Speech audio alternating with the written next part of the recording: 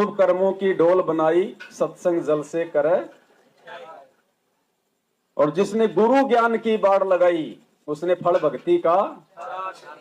तो हमारे उन भाइयों की जो फसल है, उसको तो कभी तो जाट आरक्षण वाले खा जाते हैं, कभी बीजेपी वाले खा जाते हैं, कभी कांग्रेस वाले खा जाते हैं, कभी वो रक्तदान दे दान वाले खा जाते हैं, हैं? अब वो भक्ति का फल कहां से चखेंगे बताओ? यहां चखा रहा है परमात्मा भक्ति का फल, क्योंकि हमने ज्ञान रूपी बाड़ बना ली।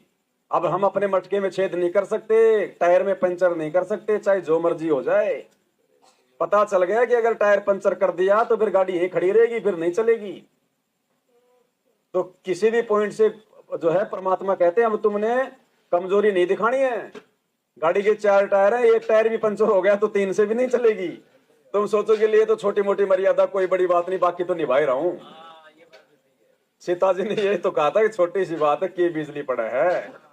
इसी बिजली पड़ी 18 करोड़ ले मरी और खुद फिर जंगल में धक्के खाए। मुश्किल चढ़ना 10वें दर पे, बंदी छोड़ पहुंचा दे सोने शिखर पे। मुश्किल चढ़ना 10वें दर पे, बंदी छोड़ पहुंचाते सोने शिखर पे। पहुंचाएगा किसको? किसको पहुंचाएगा सुन शिखर में बंदी छोड़? वो हाथ अपना रख दे सिर पे, जिसने मान गुरु को बाप लिया। वो हाथ अपना रख दे सिर पे, जिसने मान गुरु को बाप लिया। जिसने नाभ नासी का नाप लिया, अब आज से पहले तो 2-2 बाप थे। तो बताओ कैसे अपना हाथ सिर पे रखता? नहीं रखा। एक को बाप मानेंगे तभी अपना हाथ सिर पे रखेगा। मान ले वो हाथ अपना रख दे सिर पे, जिसने मान गुरु को बाप लिया।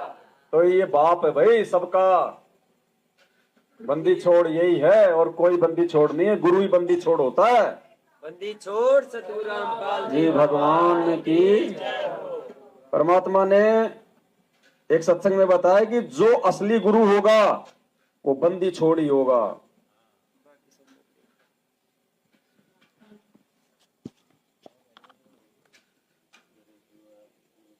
तो जल बूढ़त पकड़ो हाथा, अपने गुरु जी के प्रति ऐसी विनम्रता हो।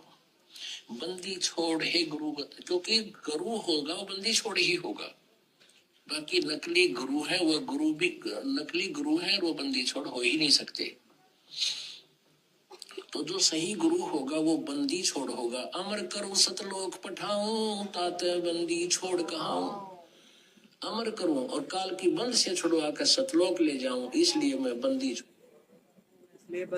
इसलिए जब आश्रम में कहते थे बंदी छोड़ सतगुरु रामपाल जी भगवान की जय, तो गुरु जी कुछ नहीं बोलते थे। ठीक है बंदी छोड़ गए, बंदी छोड़ कह रहे हैं, बोलना के इसमें, लेकिन ये मानेंगे कभी? उसका इंतजार करना है। कह तो रहे लेकिन मानेंगे कभी? अब एक चेला गया गुरु जी के पास में, भक्ति भी कर रहा, दान पुण्य भी कर रहा, सारे काम कर रहा। बोलो गुरु जी? बोले हाँ भाई। बोलो गुरु जी मैं आपको बहुत मानता हूं, लेकिन मेरे काम बिगड़ रहे हैं, एक ही काम नहीं बन रहा। गुरु जी मैं आपको बहुत मानता हूं गुरु जी। तो गुरु जी बोले रहे तू मुझे तो मानता लेकिन मेरी एक नहीं मानता। तू मुझे तो मानता है लेकिन मेरी एक नहीं मानता। तो हम गुरु जी को तो सब लोग कह रहे परमात्मा भगवान बंदी छोड़ है, लेकिन मान कोई नहीं रहा कि ये वास्तव में बंदी छोड़ है। अगर बंदी छोड़ मान लेते आज से पहले तो पुण्यात्माओं इस फोटो को बहुत पहले बाहर निकाल दिया होता हमने। लेकिन अब परमात्मा ने देख लिया कि ये तो गधे हैं, ये पहचान नहीं कर पाएंगे।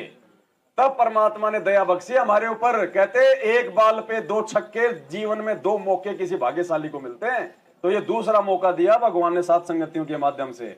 अगर इसको भी चूक गए ना फिर तीसरी, फिर वो एक बॉल पे 3 छक्के नहीं मिलते, 2 तो मिल जाएंगे भाई। जैसे किसी ने एक बॉल फेंकी, 9 बॉल हो गए, उस पे मार दिए छोटा, तो वो तो हो गया छक्का एक, और दूसरी बॉल फेंकेगा एक मार देगा उस पे।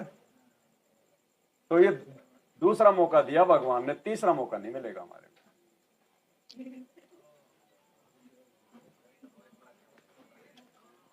को। तो दया परमपिता परमात्मा की। और कोई भाई कुछ अपने बताना चाहे मालिक की दया से तो बाकी ये तो अथाह है, चाहे कितनी करते रहो मालिक की चर्चा, तो महिमा तो परमात्मा की।